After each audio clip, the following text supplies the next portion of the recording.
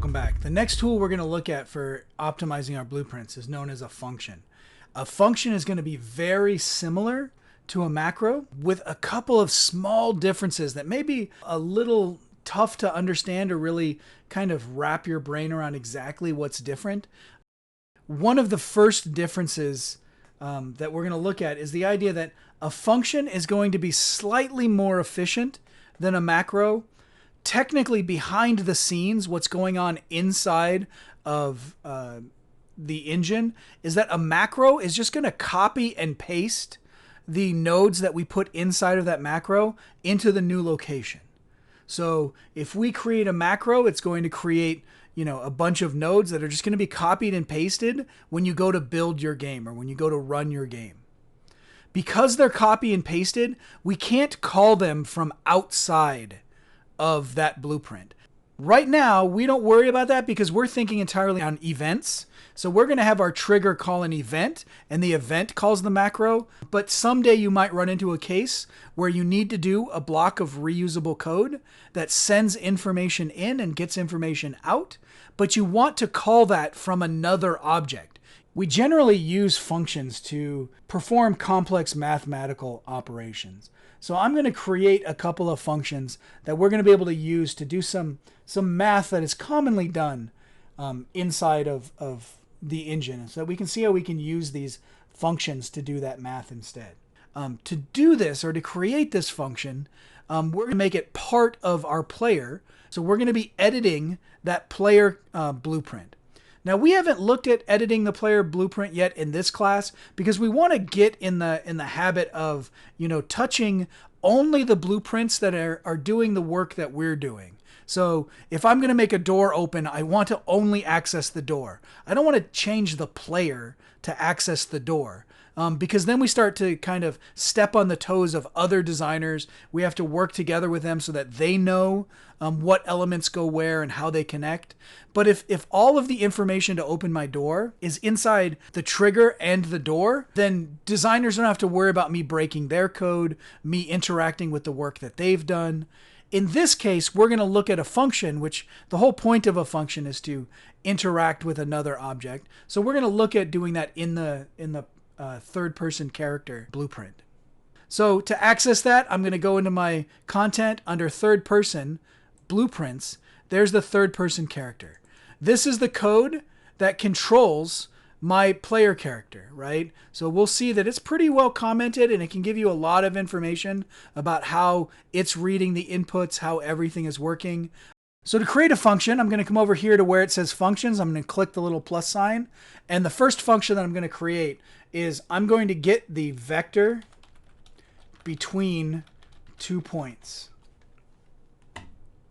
Just like our macros, we're going to see over here that we have our details of our inputs and our outputs. So I'm going to need to take what are we going to receive as inputs. However, we'll see that this automatically has one of these execution nodes that comes in because our functions are only going to have one way in and one exit out. So for the inputs, I'm going to get two different vector points. So here's A, and I'm going to make another vector point for point B. So now you'll see that my power or my execution is always going to come in through this one node because there's only one way in. It's also going to send in two vectors to check. Outputs, right? I'm going to have one output, but we'll see that it already has its one execution node because there's only one way out. So with functions, there's only one input and only one output. However, we can pass values back as we do those inputs and outputs. We can send values as we go in and out of these functions. So this is going to take in an A and a B, and this is going to be my vector from A to B. If you take any of the linear algebra or if you take some of the game programming courses, when we want to find the vector between 2 points, what we need to do is say, what is the difference between point B and point A? So if I'm looking at point B and I say, how is it different than point A? That's what that arrow looks like. So to find the vector that's pointing between 2 points, we take our endpoint, right? and we subtract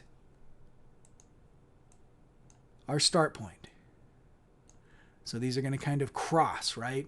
So the vector from our start to our end, we have to take our start minus our end. And that's going to give us our vector that's down those two. So this concept of like, oh, now I have a node to find the vector between 2 points. I don't have to remember my whole subtraction or which one goes first or how do they go. I have one of these nodes now. I can go ahead and save that. This is going to allow us to use this even inside of other functions. So we're still inside of our player blueprint. And what I'm going to do is I'm going to create a new function. And this function is going to represent whether or not is this actor in front of the player or not. Is actor in front of player? So quite often you'll find yourself, inside of a game and you'll want to know, wait, I don't want this to happen unless, my actor is looking at something, unless this object is in front of them. So I'm going to create a function that allows me to check and see, is this actor that we're looking at in front of this player or not? For inputs, I'm going to bring in as an input the actor that we're going to check. Of course, its type needs to be set to actor. For our outputs, right, I'm going to need a Boolean variable for is in front of. And that's going to be of type Boolean. And so there we go. We're checking, right? Is this actor in front of the player? If it is, the Boolean is going to return whether or not it is. So to check if something is in front of another object, we're going to use a mathematical process known as a dot product. Now, understanding the dot product and how the math works and how that goes together, that's something for a linear algebra class. That's something that many designers never really look at or take a lot of time to study. So that's why cases like this is when we want to create a function. By creating a function, we no longer require all of our designers to learn how a dot product can be used to detect if an object is in front of the player or not. The rest of our team can just call this function that we created to make things easier for them, right? And if you can make things easier for your entire team, they're going to love you and they're going to want you on the next game. And so when it comes time for them to move on to the next game in the next studio, they're going to give you a call and say, hey, do you want to come work with us? Because I remember how easy it was because you were able to create all of these elements for us and help us out. So this can be a very valuable tool. So here's what we're going to look at. With the dot product, if we have two arrows, so a vector is going to be an arrow. If those two arrows were pointing in exactly the same direction, we're going to get a dot product of +1. Dot product is just a way of multiplying in linear algebra, multiplying two vectors together.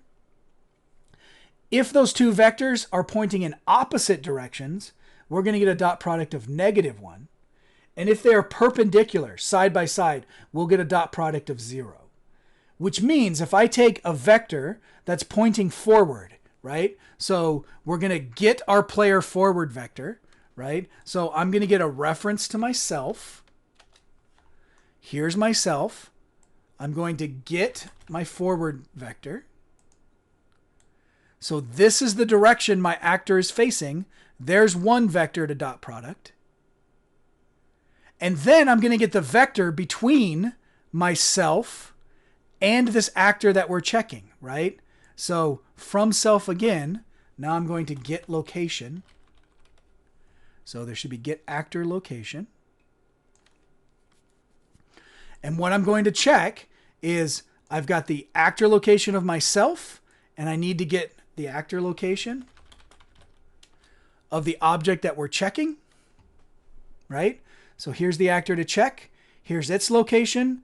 Here's our actor's location. And then here is the function we just created, right? Vector between 2 points. And we're going to look at the vector from ourself, that's our A, to our target, that's our B. So the arrow that points from me, right? Here's my actor location. That's self location. That's A, the arrow that points starting there to the end point, right? Which is the location of the actor we're checking. If that arrow is parallel to this forward vector, right? Then we know that it's going to be in front of, right? It's going to give us a positive dot product if they're facing the same way. If it gives me a dot product of 0, then they're perpendicular. They run at 90-degree angles to each other.